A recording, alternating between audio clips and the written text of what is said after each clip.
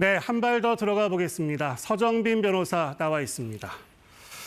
한덕수 전 총리는 징역 23년, 이상민 전 장관은 징역 7년, 이렇게 다른 형량을 놓고 얘기들이 좀 나오는 것 같습니다. 어떻게 보십니까? 네, 그렇습니다. 마찬가지로 이제 법조계에서도 상당히 다양한 이야기들이 나오고 있는 것 같습니다. 일단 재판부가 다르기도 하고 또 당사자가 다르기도 하기 때문에 네. 물론 이 재판부마다 양형에 대한 평가가 달라질 수도 있습니다. 네. 그래서 이런 가능성이야 분명히 존재는 하지만 23년과 7년이라는 차이는 사실 선뜻 이해하기가 힘들 만큼 그 간극이 너무 큰 것 아닌가라는 이야기도 상당히 많이 나오고 있지 않나 이렇게 생각이 듭니다.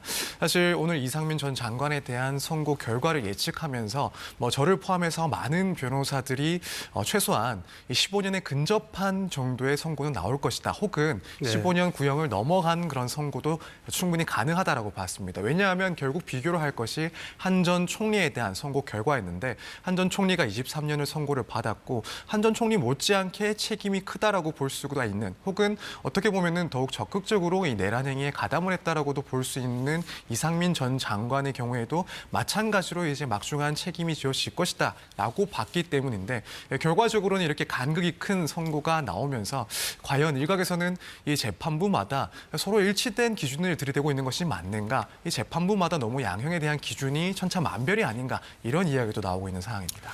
지금 이 전 장관은 무죄가 난 혐의도 있죠. 네, 그렇습니다. 일단 언론사 등에 대한 그런 단수 지시와 관련해서 내란 중요 임무 종사가 인정이 되긴 했습니다. 다만 이 똑같은 문제에 대해서 직권남용 권리행사 방해죄에 대해서는 법리적으로 성립이 되지 않는다, 무죄를 판단을 했습니다. 그리고 이제 일부 위증 혐의에 대해서도 무죄가 선고가 됐었는데 탄핵 심판 등에서 했던 진술들, 예를 들어 윤 전 대통령으로부터 계엄 관련 지시를 받지 않았다, 혹은 단전 단수 지시 등을 하달하지 않았다, 이런 내용들에 대해서는 위증이 인정됐고 또 당시에 조태열 외교부 장관이 문건을 받는 것을 보지는 못했다라는 진술에 대해서도 거짓이라고 판단을 받아서 위증이라고 인정이 됐지만 한편으로는 최상목 전 기재부 장관이 문건을 받은 그런 장면들은 보지 못했다, 이 진술은 또 따로 떼어내서 무죄라고 판단을 받았습니다. 재판부가 12.3 비상계엄이 내란이라고 판단했습니다. 그 근거는 뭐였습니까? 일단 재판부가 설명을 쭉 했는데 이 계엄 당시에 윤 전 대통령의 지시, 그리고 경찰의 국회 봉쇄, 또 군병력의 국회 진입 사실, 또 이 의원들을 끄집어내라는 윤 전 대통령의 지시, 또 군병력의 선관위 투입, 이런 사실관계들을 일단 모두 인정을 했습니다. 그러면서 결국 이러한 일련의 행위들은 민주주의적인 기본 질서를 훼손하는 것이었고 국회의 권능 행사를 불가능하게 하려는 목적이 있었다. 즉 국헌 문란의 목적이 있었다라고 인정을 했습니다. 한편으로는 경찰 그리고 군 병력을 동원을 해서 이런 국가 기관을 점거하고 통제한 행위는 마찬가지로 폭동에도 해당을 한다라고 판단을 했기 때문에 결국 이 목적 그리고 행위를 봤을 때 내란 행위에 해당을 한다라는 점을 명확하게 못 박았습니다. 그리고 재판부가 언론사 단전 단수를 지시받거나 지시한 적이 없다는 그 이 전 장관의 주장은 받아들이지 않았잖아요. 네, 그렇습니다. 우선 이런 언론사의 단전 단수 지시가 적혀있는 문건이 있었는지 그 존재에 대해서 판단을 했고 김용현 전 장관의 진술이라든가 혹은 이상민 전 장관의 그런 진술 내용, 예컨대 회의실에서 탁자 위에 문건이 올라가 있는 것을 봤다라는 진술을 종합했을 때는 이런 내용이 담긴 문건이 일단 있었다라고 그 존재를 인정을 했습니다.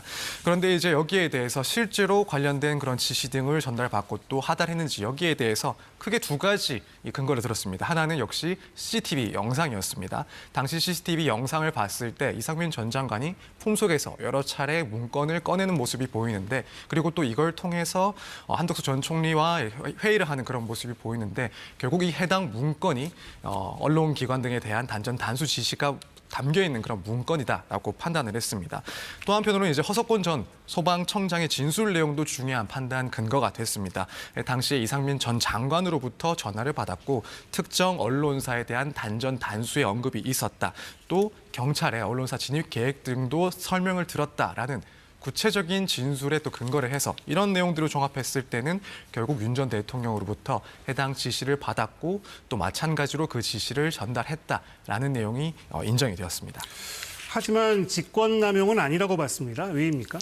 네, 일단 직권남용 권리행사죄가 성립하기 위해서는 첫 번째로는 지시를 할 권한이 있었어야 되는 것이고 두 번째는 이걸 남용을 해서 타인에게 의무 없는 일을 행동하도록 했어야 됩니다. 일단 행안부 장관으로서 소방청을 지휘하고 지시할 권한 자체는 있다라고 판단을 했습니다. 하지만 실제로 일선 소방서나 혹은 소방청장에게 의무 없는 일을 하도록 했다. 그 결과가 나오지는 않았다라는 겁니다.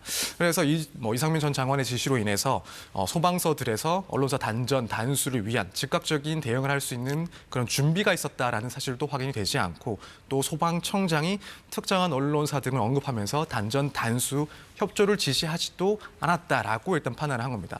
만약에 지시받은 그대로를 전달했다라고 한다면 이 직권남용죄도 성립을 했을 텐데 결과적으로는 전달된 내용이 상황 관리를 잘하라는 취지였기 때문에 통상적인 내용이 전달된 것이라서 의무 없는 일을 했다라는 그런 결과가 발생하지 않았다라고 판단을 했습니다. 자, 첫 질문으로 돌아가서요. 한덕수 전 총리와 이상민 전 장관의 형량 차이, 법리적으로 한 발 더 들어가 설명하실 부분이 있나요?